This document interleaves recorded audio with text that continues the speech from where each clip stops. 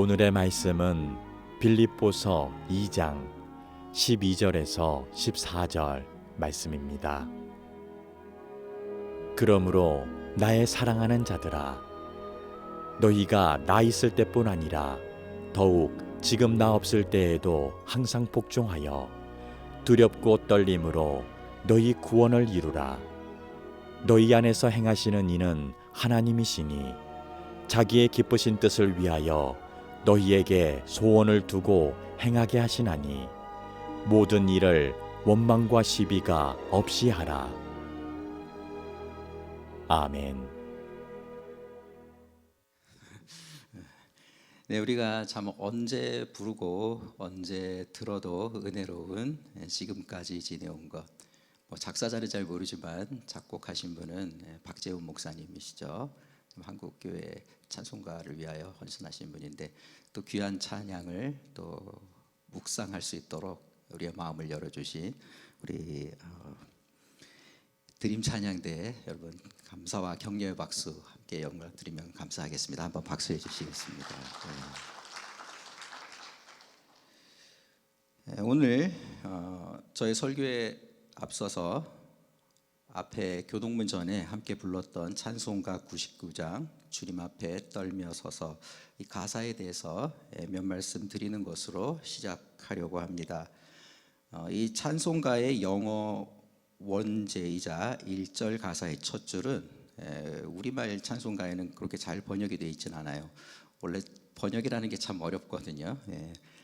죄송합니다. 영어로 한번 읽어보겠습니다. Let all mortal flesh keep silence.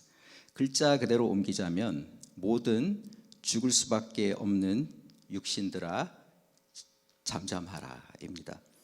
여기서 죽을 수밖에 없는 육신이란 하나님 이외에 이 땅 위에 살고 있는 모든 피조물들을 가리키겠지만, 그 가운데에서도 특별히 우리 인생들을 향하여 하시는 말씀입니다. 하나님께서 우리 인생을 향하여 잠잠하라 하시는 말씀을 우리가 그 말씀에서 이 찬송가는 원래 첫 마디가 시작되는데요. 인생을 향하여 하나님께서 언제 잠잠하라고 말씀하시나요? 그 근거가 되는 성경 구절을 구약 하박국서 2장 20절에서 찾아볼 수 있습니다. 오직 여호와는 그 성전에 계시니 온 땅은 그 앞에서 잠잠할지니라 하시니라. 아멘. 여러분, 여기에서도 땅은 지진이 나지 않는 한 항상 잠잠합니다. 이 땅에 살고 있는 사람들, 성경에서는 좀 어려운 말로 거민이라고 하죠. 우리 사람들에게 하시는 말씀입니다.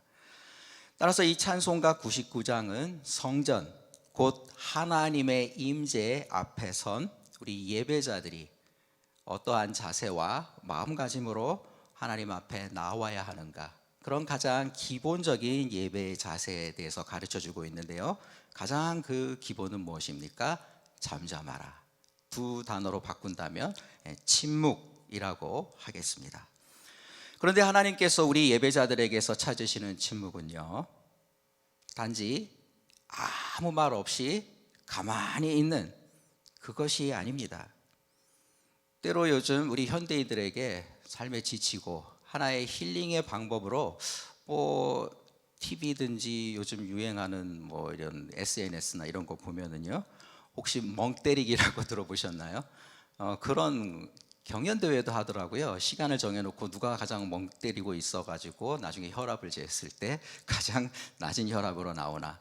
그러나 하나님께서 우리들에게 원하시는 그 잠잠한 침묵은 이런 멍 때리기와 같은 공허한 침묵이 아닙니다. 또한 여러분, 인간관계, 가족관계에서 이런 일이 없기를 바랍니다만, 또 사회생활 하다 보면 정말 무겁고 불편한 침묵이 있습니다. 뭡니까? 이 침묵인데 뭔가 터지기 전에, 일어나기 전에 마음 졸이면서 있는, 아주 어떨 때는 아주 서로 말하지 않는 그러한 관계도 있죠. 차갑고 냉담한. 그러나 하나님께서 우리 성도들에게서 원하시는 그러한 침묵은, 이러한 차가운 침묵, 냉담한 침묵은 더더욱 아닐 것입니다. 영어를 자꾸 말씀드려 송구합니다만 원래 영어 가사의 두 번째는요 이렇게 합니다. With fear and trembling stand. 하나님의 임재 앞에서, 그 말은 없지만 성경 말씀이 묵상에서 나온 것 아닙니까? 찬송가 가사는 분명히 하나님의 성전과 임재 앞에서, 우리가 하박국서를 생각한다면 그렇습니다. 우리들에게 두려움과 떨림으로 하나님의 임재 앞에 서 있으라, 이렇게 분부하시는 말씀입니다. 다시 말해서 하나님을 예배하는 우리 성도들이 가져야 할 침묵은 바로 두려움과 떨림으로 하나님을 기다리고 하나님을 섬기는 그러한 마음가짐이어야 함을 우리들에게 일깨워 주고 있습니다. 우리말 찬송은 바로 이 두렵고 떨림으로 서라, 이 말씀을, 이 구절을 가지고 와서 가장 첫머리에 두고, 또 1절에 가장 첫머리니까 보통 제목이 되기도 하죠. 저는 그래서 오늘 말씀을 위해 이 찬송가 가사 가운데 두 마디의 말씀, 곧 두려움과 떨림에 대해 주목하고자 합니다. 두려움과 떨림은 유한하고 연약한 인간이 영원하시고 광대하시고 위대하신 하나님의 임재 앞에 서게 될 때 그 마음, 아니 마음뿐만 아니라 우리의 육신을 포함한 우리의 사람됨의 전 존재에서 우러나올 수밖에 없는 당연한 반응이자 태도라고 하겠습니다. 기독교 신학의 기초를 놓은 초기 교회의 위대한 교부인 어거스틴은 그의 자전적 저서인 고백록에서 그가 영원이시고 진리이시고 사랑이신 삼위일체 하나님을 묵상하게 되었다고 적고 있습니다. 하나님께 나의 생각과 나의 사유를 통하여 또 성경 말씀 가운데 생각을 모아가며 집중하며 하나님을 향하여 영혼의 깊은 곳에서 또는 올라가고 있습니다. 그러는 가운데 갑자기 밝은 빛을 보았는데도 두려움이 엄습하며 떨게 되었다 고백합니다. 한번 읽어보겠습니다. 오 영원한 진리여, 참된 사랑이여, 사랑스러운 영원이여, 당신은 나의 하나님이시니 당신을 향해 내가 밤낮으로 한숨을 짓습니다. 하나님 향해 한숨을 짓는다는 것은 하나님을 갈망하고 사모한다는 그러한 뜻으로 저는 이해합니다. 그런데 이 어거스틴이 이렇게 기도와 묵상과 사육 가운데 깊이 있게 사랑하는, 뵙고 싶은 하나님을 향해 가까이 나아갔을 때 하나님은 그의 갈망에 응답을 해주셨습니다. 갑자기 그 말씀 그대로 읽어보겠습니다. 당신은 황홀한 강한 빛을 나에게 비추어 내 시력의 약함을 물리쳤습니다. 여기서 시력은 우리의 육체의 시력이 아니라 우리의 영으로 하나님을 알 수 있는, 알 수 없어요. 그러나 이 순간만큼은 하나님께서 나로 하여금 보게 하셨고 깨닫게 해주셨습니다. 얼마나 귀한 순간입니까? 그러나 참 놀랍게도 그 순간 나는 하나님을 향한 사랑과 동시에 두려움으로 떨고 있었습니다. 목마른 사슴이 갈급하여 그 목을 축여줄 생수를 찾는 것처럼 하나님을 사랑하고 갈망하는 영혼은 하나님을 찾아 나섭니다. 하나님은 그 영혼의 갈급함에 응답하셔서 황홀한 강한 빛, 곧 하나님의 살아계심을 분명히 증거하는 계시의 빛을, 말씀의 빛, 은혜의 빛을 비추어 주십니다. 그러나 하나님은 죄인된 작고 유한한 우리 인간이 이해할 수도 없고 깨달을 수도 없는, 우리의 인간의 영역을 무한히 넘어서 계신 그러한 초월적인 분이십니다. 그 위대하고 전능하신 하나님께 우리가 가까이 나아갈 때 하나님의 임재에서 우러나는 권능의 힘에 작고 연약한 우리는 그저 압도되고 말 뿐입니다. 내 영혼이 그토록 사랑하고 그토록 만나 뵙고 싶고 또 가까이 하고 싶은 하나님입니다. 그러나 정작 하나님께서 우리에게 계시의 빛을 비춰주시고 다가오셨을 때 우리의 마음은 두려움에 사로잡히게 되고 그 두려움 안에서 우리의 몸도 떨릴 수밖에 없습니다. 그렇습니다. 하나님께서 우리에게 두려움과 떨림으로 하나님 앞에 서라. 두렵고 떨림으로 하나님을 예배하라 라고 말씀하실 때 우리에게서 찾으시는 이 예배의 마음은 바로 경외하는 마음이요 태도라고 하겠습니다. 그런데 우리가 하나님을 예배하는 이 경외의 마음은요, 그 두려움은요, 우리가 혹 구약 성경을 많이 읽다 보면 다윗이 하나님의 법궤 즉 언약의 궤를 옮기는데 제대로 준비를 하지 못해요. 레위 제사장들이 어깨에 메고 옮겨야 하겠건만 인간적인 어떤 편의를 생각해서 소가 끄는 수레에 옮겼다가 소가 놀라 뛰는 바람에 그 법궤가 떨어질 때 베레스인가 우사라고 하는 사람이 그거를 엉겹결에 만졌거든요. 그때 거기서 목숨을 잃는 정말 황망한 일을 겪지 않았겠습니까? 우리가 이렇게 하나님의 존전 앞에 하나님의 은혜 앞에 정말 나아갈 때 우리가 나아갈 뿐만 아니라 하나님께서 응답해서 우리들에게 이렇게 정말 특별한 경우에 다가오실 때 이러다 내가 잘못되는 건 아닐까, 하나님 앞에 나의 목숨이 떠나갈지도 모른다, 이러한 어떤 생명의 위협을 느끼는 그러한 두려움과 떨림도 있을 수 있습니다. 우리가 그럼에도 불구하고 하나님은 무한히 은혜로우시고 자비로우신 분이기 때문에 준비된 영혼들은 하나님께서 그렇게 치지는 않으시라고 생각합니다만, 죄인되고 부족한 우리들의 마음 가운데서는 하나님을 대할 때 경외한 마음으로 그러한 조심스러움이 정말 없어서도 아니 될 것이라고 생각합니다. 그러나 제가 정말 드리고 싶은 말씀은요, 하나님께서 우리 예배자들에게 찾으시는 그러한 두려움과 떨림, 아니 그 가운데서도 이 떨림에 대해서는 성경에서 또 다른 면을 우리들에게 보여주고 있습니다. 이 떨림에는 하나님을 향한 기대와 소망 가운데서 솟아나는 그러한 기쁨의 요소도 분명히 있고 또 있어야 한다는 것입니다. 이와 관련된 말씀을 시편 2편에서 찾아볼 수 있습니다. 11절의 말씀입니다. 여호와를 경외함으로 섬기고 떨며 즐거워할지어다. 영어가 또 나옵니다. 킹 제임스 버전 바이블에서는 Serve the Lord with fear and rejoice with trembling. 두려움으로 주님을 섬기고, 그러나 계속 두려움으로만 가는 것이 아니죠. 하나님의 은혜를 사모하고 기대하는 가운데 기대감 가운데 또한 떨면서 기뻐하며 하나님 앞에 나오라는 그러한 초대의 말씀인 것입니다. 하나님께서 우리들 성도들에게 찾으시는 경외함이란 따라서 무엇보다도 먼저 예배 가운데 하나님께서 나에게 또한 우리에게 내려주실 은혜를 사모하는 마음이어야 합니다. 그 은혜를 사모하고 기대하는 마음으로 기쁨에 넘쳐 잔잔한 떨림을 느끼며 주님 앞에 나아가는 것이 되어야 할 것입니다. 저는 제가 입버릇처럼 불러있는 찬송가가 있는데 설교를 준비하다 보니까 또 여기에 나오더라고요. 찬송가 524장, 옛날 통일 찬송가로는 313장인데요.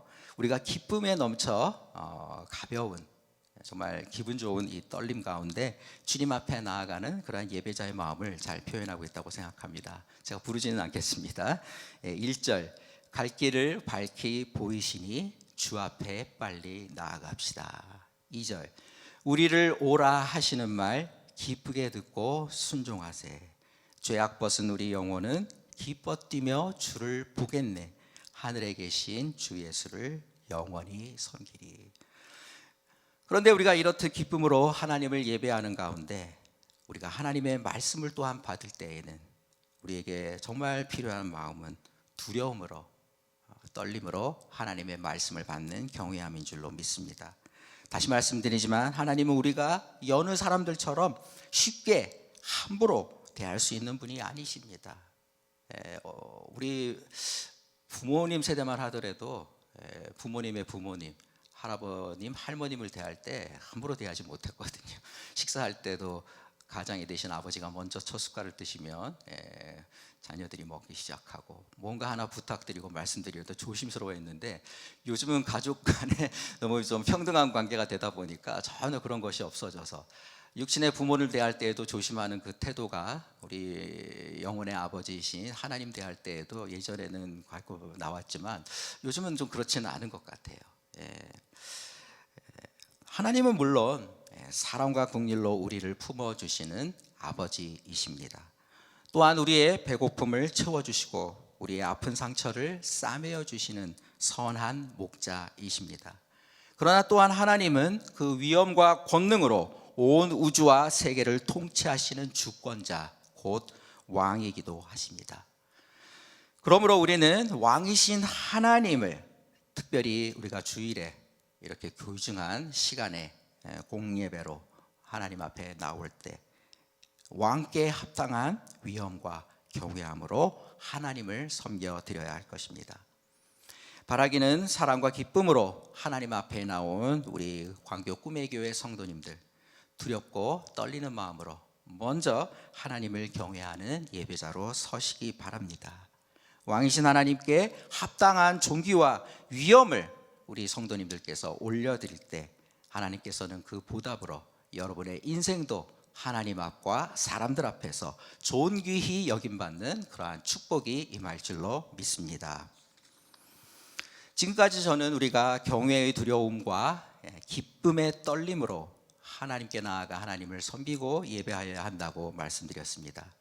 그런데 이 두려움과 떨림에 대하여 묵상을 하다 보면 우리가 하나님 말고도 이 두려움과 떨림을 가지고 대하여야 할 대상이 있습니다. 그것은 누구이겠습니까? 다름 아닌 우리의 이웃입니다. 이웃은 가족이 아닌가요? 여러분, 이웃사랑을 실천하는 가장 좋은 가까운 대상이자 또 훈련의 장이 우리와 잠자리, 식사 모든 것을 함께 나누는 가족과 또 마음이 통하는 친구. 그러나 너무 친구이기 때문에 또 함부로 우리가 대할 때도 있죠. 뿐만 아니라 우리가 함께 일하고 알고 있는 지인들과 동료들입니다. 그러나 이렇게 가깝고 친근한 사람들 뿐만 아니라 때로는 우리에게 섬김을 베풀어주고 또한 우리가 섬겨야 할 그러한 모든 사람들이 우리가 두렵고 떨리는 마음으로 대하여야 할 우리의 이웃인 줄로 믿습니다.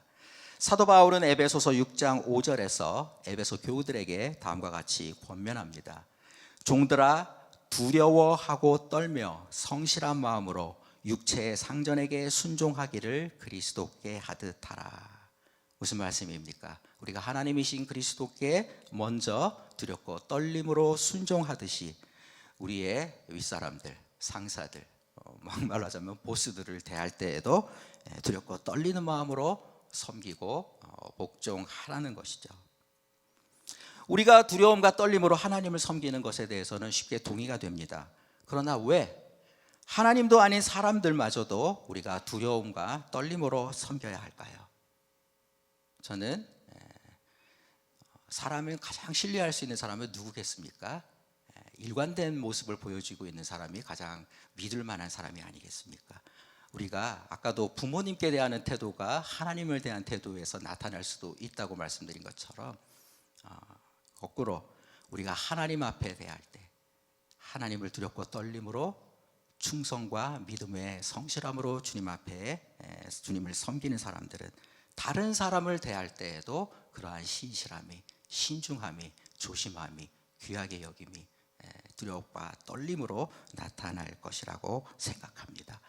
그러나 여러분, 사도 바울은 종들에게 그 주인이 되는 상전들, 육체, 세상에서 노예로 살고 있고 세상에서 종업원과 비고용인으로 살고 있지만 그 책임자 되는 분들에게 두렵고 떨림으로 대하십시오, 섬기십시오 하였지만 요즘은 오늘 21세기의 시대에는요, 우리가 꼭 위에 있는 분, 우리가 명령을 들어야 할 사람들만 아니라 우리가 지시를 내려야 할 사람들에게도, 나보다 보통 젊은 사람들이죠, 그 사람들에게도 두렵고 떨리는 마음으로 대해야 할 줄로 믿습니다. 윗사람들께, 선배들에게는 굉장히 잘하는 사람들이 있어요. 그러나 반면에 후배들이나 아랫사람들에게는 굉장히 좋지 않고, 소위 이런 말을 성경에서 써면 좋겠다, 설교에서 쓸 수 있을지 모르지만 뭐라는 말씀들 많이 들으시죠. 학교에서 가르치고 있는 저도 항상 제 자신을 경계하면서 저 위에 선배 되시는 교수님들 또 교직원들 뿐만 아니라 강의실에서 학생들을 대할 때 더 조심해야 되겠다. 그들에게 은혜와 감동을 주기 위하여 여러 가지 말도 하다 보면 가끔씩 또한 선을 넘는 경우가 있거든요. 그럴 때마다 뭐 이거 설교라기보다는 저의 짧은 50조금 지난 저의 인생 경험입니다만, 여러분 윗사람들에게 잘못하면 고개 숙이고 사과해도 그것은 오히려 칭찬받을 만한 일이에요. 그러나 정말 잘못했기 때문에 아랫사람들에게 사과한다는 것은 정말 어렵습니다.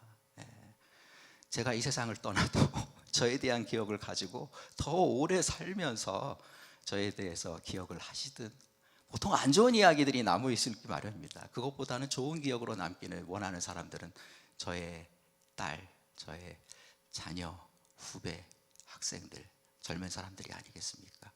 여러분, 하나님을 대하듯이 지극히 작은 소자에게도 우리가 주님을 모시듯이 베풀어주고 나누어주고 이해할 뿐만 아니라 우리가 사회의 연장자와 시니어로서 그들의 마음을 헤아리고 그들의 이야기를 들어주고, 함부로 우리의 경험과 지혜를 자랑하지 않는 두렵고 떨림으로 임하는 태도가 있어야 하지 않을까, 조금 주제넘게 말씀드려 봤습니다. 그런데 우리가 다른 사람을 대할 때뿐만 아니라 우리의 삶 가운데에서도 정말 두렵고 떨리는 마음으로 임하여야 할 그러한 것이 있습니다. 그것이 무엇이겠습니까? 다름 아니라 우리가 우리 자신의 구원을 대하는 태도에도 이 두렵과 떨림이 있어야 합니다. 오늘 우리가 성경 본문 말씀으로 봉독한 빌립보서 2장에서 사도 바울은 빌립보 교회 교인들에게 항상 복종하여 두렵고 떨림으로 너희 구원을 이루라 라고 권면합니다. 제가 뒤에 이루라 라는 말을 좀 강조했는데요, 여러분 혹시라도 너희 구원을 이루라, 요즘 말로 말하면 너 구원은 너의 책임이야, 네가 열심히 해서 너의 구원을 만들어야 돼, 네가 열심히 해서 너의 구원을 획득해야 돼, 이런 말씀으로 혹시 해석되는 건 아닐까? 여러분, 그래서 혹시 이 말씀이 좀 이상하고 의아하고 불편하게 들리진 않으셨는지 모르겠습니다. 구원은 우리들이 알고 있지 않습니까? 설교 말씀을 통하여, 성경을 통하여 하나님께서 우리를 위하여 이루어 주신 전적으로 하나님의 은혜인 줄로 믿습니다. 오늘 찬양대 주의 은혜라 주의 은혜라, 바로 우리가 누리는 이 삶의 가장 중요한 것이 구원 아닙니까? 이 구원을 통하여 우리의 인생의 지금까지의 여정도 구원이라는 큰 주제에 맞춰가지고 다 조율되는 것인데, 내가 잘해서가 아니고 하나님께서 나에게 베풀어 주신, 무한히 주신 그러한 은혜임을 찬양하는 것, 정말 기독교의 어떤 구원에 관한 생각 교리 가운데 가장 기본이라고 할 수 있겠습니다. 정말 그렇습니다.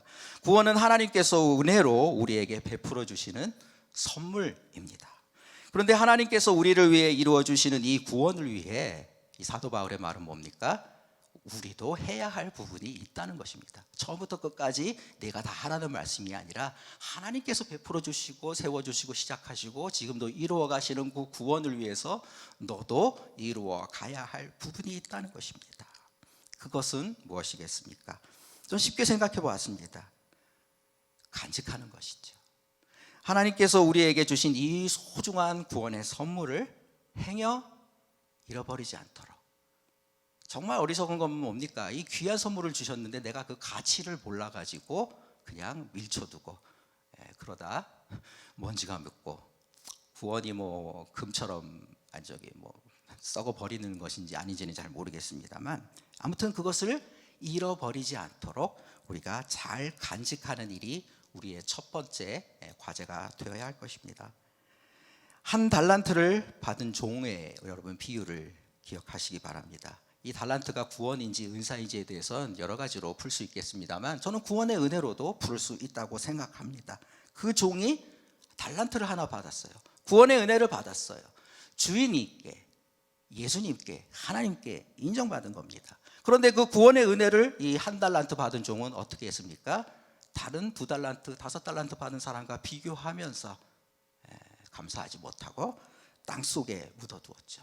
마찬가지로 우리도 하나님으로부터 그리스도 통하여 받은 이 놀라운 구원의 귀한 선물을 하나님 그 가치를 알지 못하고 그저 그저 나 혼자 믿으면 되지 생각하면서 나의 마음속에 꽁꽁 싸매어 두고 계시진 않으십니까?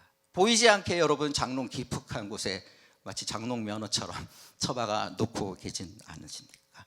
또는 땅속에 묻어두고 계시진 않습니까? 여러분, 이러한 것들은 하나님께서 우리에게 주신 구원의 선물을 간직하는 올바른 방법이 아닙니다. 여러분, 간직한다 그래서 그냥 가만히 보이지 않는 곳에 두는 것이 아닙니다. 2달란트와 5달란트를 받은 종들을 생각하십시오. 그들은 장사를 하였습니다. 투자를 하였습니다. 그리하여 각각 2달란트와 5달란트를 더 남겼습니다. 하나님께 구원의 은혜를 받은 우리 성도들도 그 은혜, 말씀의 씨앗을 우리 영혼의 옥토에 뿌려야 하겠습니다. 우리의 마음밭에 뿌려서 30배, 60배, 100배의 열매를 맺는 그러한 수고와 애씀이 있어야 할 줄로 믿습니다. 빌립보서 2장 12절의 말씀을 다시 읽어보겠습니다. 그러므로 나의 사랑하는 자들아, 너희가 나 있을 때뿐만 아니라, 사도 바울은 지금 감옥에 갇혀서 사랑하는 빌립보 교인들과 함께 있지 못합니다.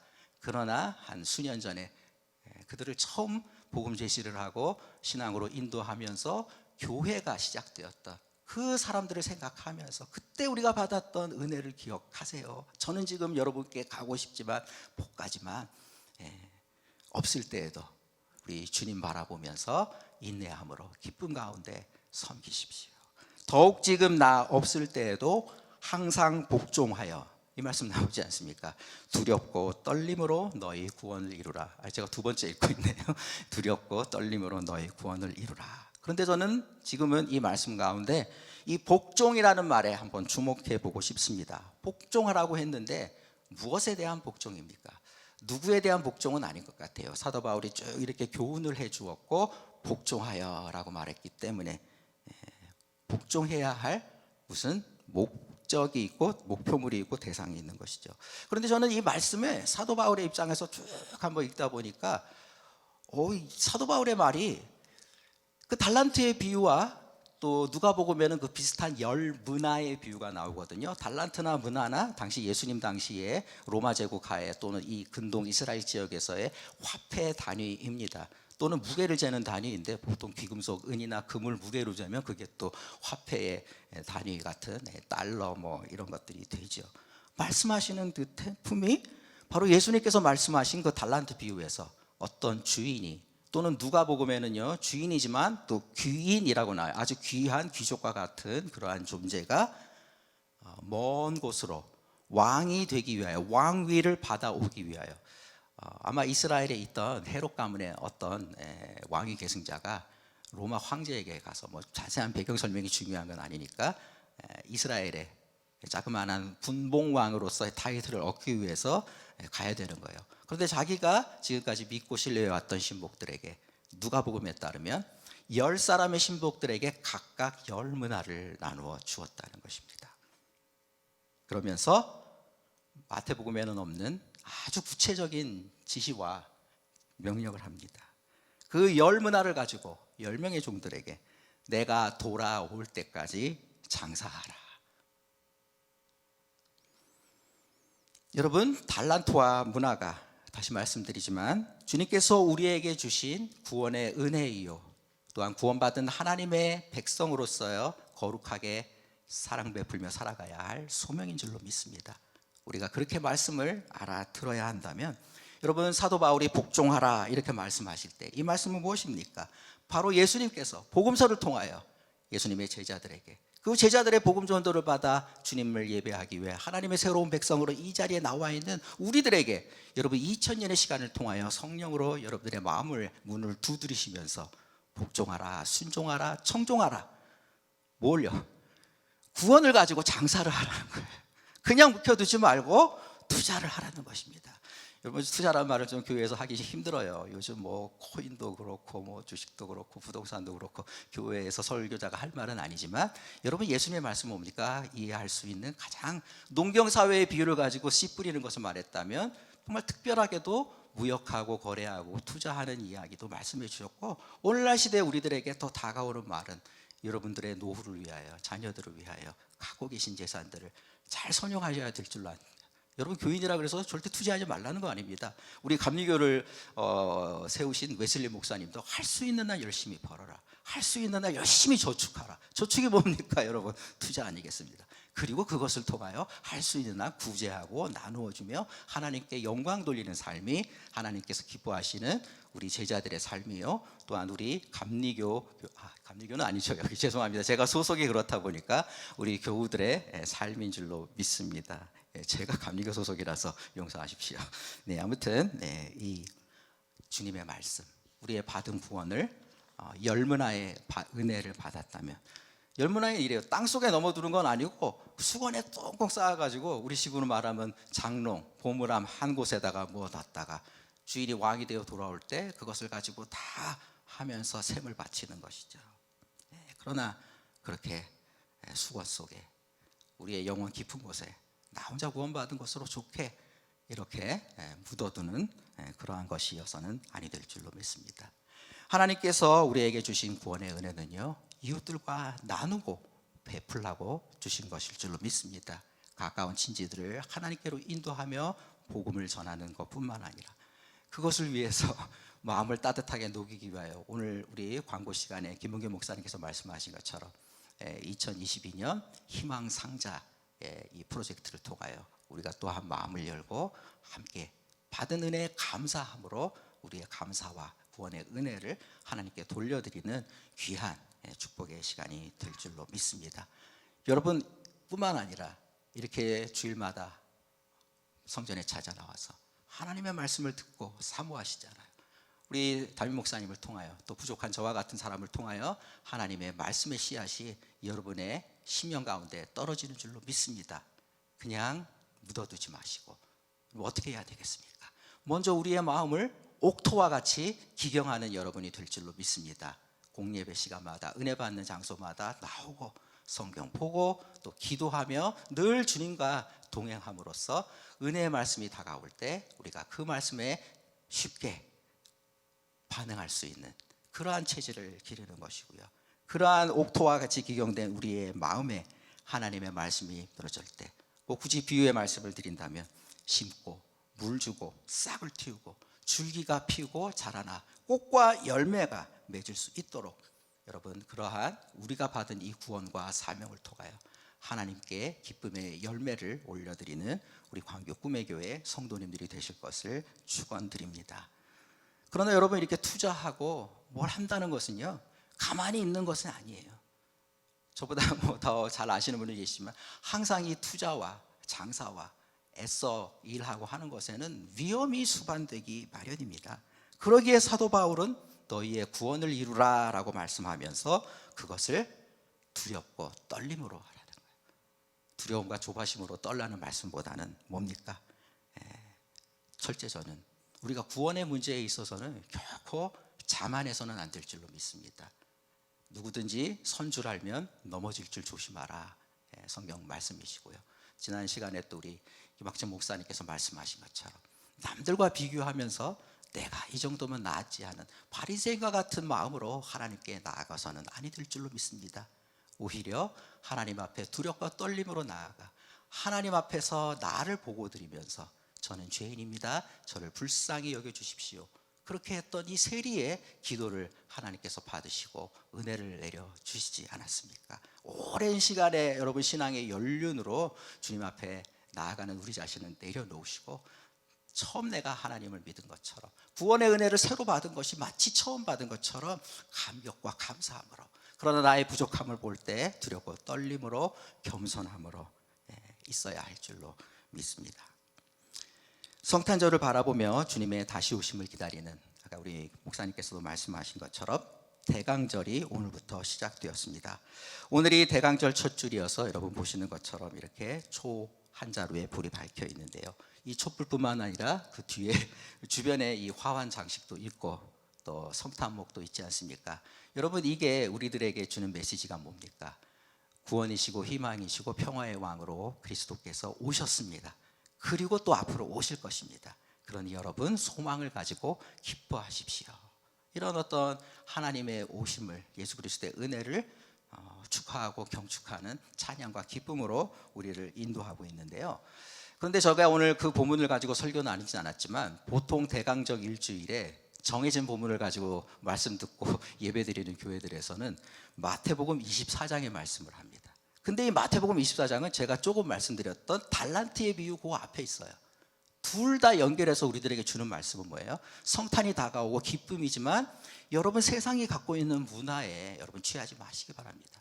오히려 우리는 근신하고 깨어 있어서 주님께서 언제 오실지를 알지 못합니다. 달란트를 받은 종들, 청지기로 있는 종들이 주인께서 언제 올지를 알지 못하기 때문에 그 시간과 그 시각도 날짜도 알지 못하기 때문에 항상 깨어서 근신하여서 주인이 올 때를 기다리며 깨어있고 기도하고 준비하라, 이렇게 하시는 말씀입니다. 2000년 전 이 땅에 오신 아기 예수님의 성탄을 우리가 기억하면서 주님께서 다시 오실 것을 대망하는 우리 광교 꿈의 교회 성도님이신 줄로 믿습니다. 오늘 두렵고 떨림으로 이 말씀 가운데 정말 우리들이 주님 앞에 드려야 할 마음은 첫째로 두렵고 떨림 가운데 우리 영혼이 깨어나야 할 줄로 믿습니다. 준비하여야 할 줄로 믿습니다. 그리고 이 두렵고 떨림 가운데 우리의 구원을 점검하며 구원을 이루기 위하여 하나님께서 우리에게 주신 은혜의 선물, 구원의 선물, 성도로서 직분자로서 주신 그 사명을 다시 점검하고 확인하며 잃어버리지 않고 더 널리 선한 영향력으로 베풀고 확산시켜야 할 그러한 사명이 있는 줄로 믿습니다. 주님의 오심을 사모하고 기다리는 이 대강절기에 두렵고 떨림으로 하나님을 경외하는 광교 꿈의 교회 성도님들과 그 가정에 하나님께서 주시는 기쁨이 넘쳐뛰는 그러한 축복이 여러분 기쁜 소식으로 여러분들의 가정 가운데 충만히 임하고 차고 넘치기를 주님의 이름으로 축원드립니다.